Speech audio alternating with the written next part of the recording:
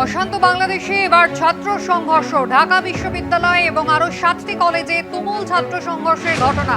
গতকাল সন্ধ্যে থেকে গভীর রাত পর্যন্ত এই সংঘর্ষ চলে। ঢাকার নীলক্ষেত এলাকায় বিভিন্ন ছাত্র গোষ্ঠীর মধ্যে হয় এই সংঘর্ষ। গোলমাল থামাতে স্টান গ্রেনেড ব্যবহার করতে হয় পুলিশকে।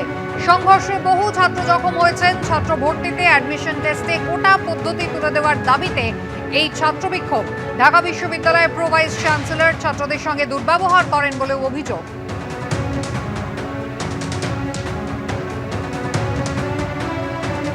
এবার ঢাকা বিশ্ববিদ্যালয় এবং আরো 7টি কলেজে তুমুল ছাত্র সংঘর্ষের ঘটনা ঘটল বাংলাদেশে। গতকাল সন্ধ্যা থেকে গভীর রাত পর্যন্ত এই সংঘর্ষ চলে।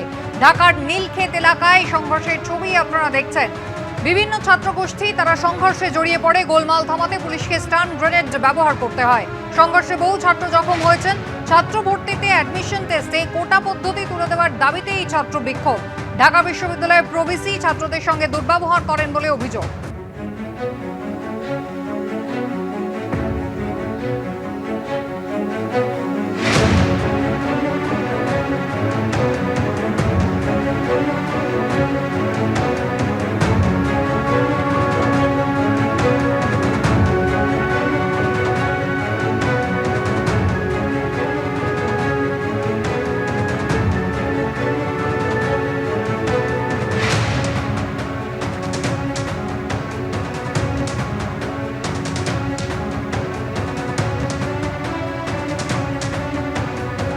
আবির দত্ত আমাদের প্রতিনিধি সরাসরি রয়েছেন আমাদের সঙ্গে। আবির, বাংলাদেশে এবার সংঘর্ষ, আর সেখানে ঢাকা বিশ্ববিদ্যালয় এবং 7টি কলেজের ছাত্ররা তারা সংঘর্ষে জড়িয়ে পড়ল।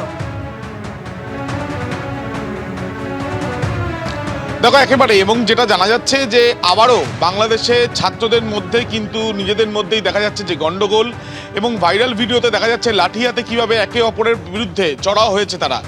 মূলত যেটা ঘটনার সূত্রপাত যেটা জানা যাচ্ছে যে এই যে 7 কলেজের তরফ থেকে বেশ কিছু তাদের যে দাবি নিয়ে তারা ঢাকা বিশ্ববিদ্যালয়ের কর্তৃপক্ষের সঙ্গে দেখা করতে গেলে সন্ধ্যেবেলা তাদেরকে অপমান করা হয় এবং এরকমই অভিযোগ ওঠে। এবং এরপর তারা যখন অবস্থান করছিল তখন ঢাকা বিশ্ববিদ্যালয়ের বেশ কয়েকজন তারা চড়াও হয়, পাল্টা তাদেরকেও ধাওয়া করা হয়। এইভাবে রাত্রি গভীর রাত পর্যন্ত প্রায় 2-2:30 পর্যন্ত বাংলাদেশের সময় অনুযায়ী এই কিন্তু বিক্ষোভের পরিস্থিতি বা এইভাবে সংঘর্ষের পরিস্থিতি চলতে থাকে। প্রশ্নটা হচ্ছে যে এই যে অভ্যুত্থানের কথা বারবার বাংলাদেশের তরফ থেকে বলা হয় বা বাংলাদেশের বর্তমান অন্তর্বর্তী সরকার এবং যারা ছাত্ররা যারা এই আন্দোলন চালিয়েছিল তাদের তরফ থেকে বলা হয়, তারপর থেকে স্বাভাবিক, সুস্থ এবং স্বাধীন পরিবেশ, স্বাধীন পড়াশোনা পাঠ্যক্রমের বা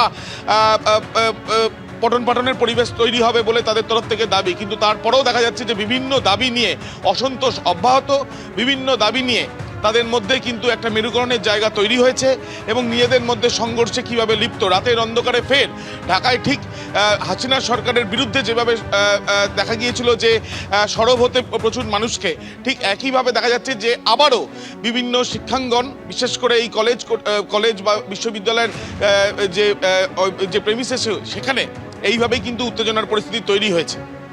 ধন্যবাদ আবির।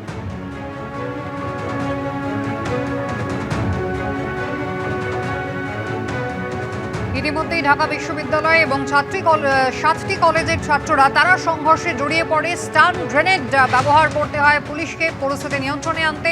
সংঘর্ষে বহু ছাত্র জখম হয়েছেন।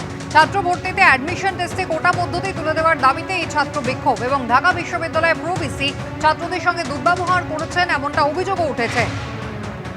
প্রভিসিকে ক্ষমা চাইতে হবে দাবি করেছেন ছাত্ররা। বাংলাদেশের সংবাদপত্র ডেইলি স্টার সূত্রে খবর।